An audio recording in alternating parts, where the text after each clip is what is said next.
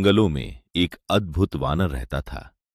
असीम शक्ति का स्वामी, जो पर्वत उठा सकता था, समुद्र पार कर सकता था और देवताओं को भी चकित कर सकता था।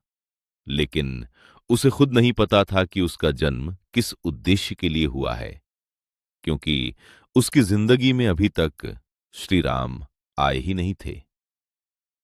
उधर लंका में रावण दिन प्रतिदिन और अधिक शक्तिशाली होता जा रहा था। उसका आतंक चारों ओर फैल चुका था। ऋषि मुनि भयभीत थे, देवता चिंतित थे और पृथ्वी पर अधर्म का अंधेरा छा रहा था। लेकिन इस बार कोई हनुमान नहीं था जो राम का दूत बनकर अन्याय को चुनौती देता। जब माता सीता का हरण हुआ, तब श्री राम वन वन भटकते रहे। उन्हें एक ऐसे साथी की आवश्यकता थी जो केवल शक्तिशाली ही नहीं बल्कि पूर्ण समर्पित भी हो। लेकिन इस कल्पना की दुनिया में हनुमान जी उनसे कभी मिले ही नहीं थे। उधर हनुमान जी अपनी शक्तियों के साथ अकेले थे। वे जंगलों में घूमते, राक्षसों का नाश करते, लेकिन उनके मन में एक प्रश्न बार बार उठता था। मुझे ये शक्तियां क्यों मिली हैं? मेरा उद्देश्य क्या है? क्योंकि जिसे राम न मिले, उसे अपनी पहचान कैसे मिले? समय बीतता गया और रावण का अहंकार बढ़ता गया। उसने अनेक राज्यों को अपने अधीन कर लिया।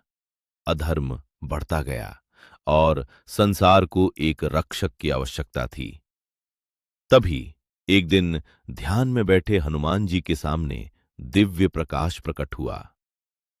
हनुमान, तुम्हारी शक्ति का उद्देश्य केवल युद्ध नहीं, भक्ति है।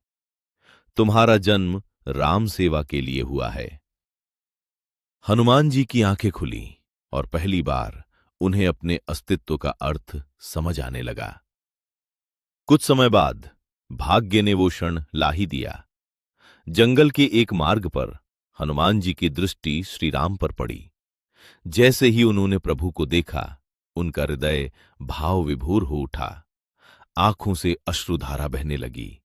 उन्हें महसूस हुआ कि वे आज तक अधूरे थे। प्रभु, अब समझ आया, मेरी सारी शक्तियां सिर्फ आपकी सेवा के लिए थीं। उस दिन सिर्फ राम को उनका महान भक्त नहीं मिला था, बल्कि हनुमान जी को उनका वास्तविक स्वरूप मिला था। क्योंकि शक्ति का कोई मूल्य नहीं यदि उसका मार्ग धर्म न हो, और भक्ति का कोई अर्थ नहीं यदि उसमें राम न हो। अब आप बताइए, अगर हनुमान जी कभी श्री राम से मिले ही न हो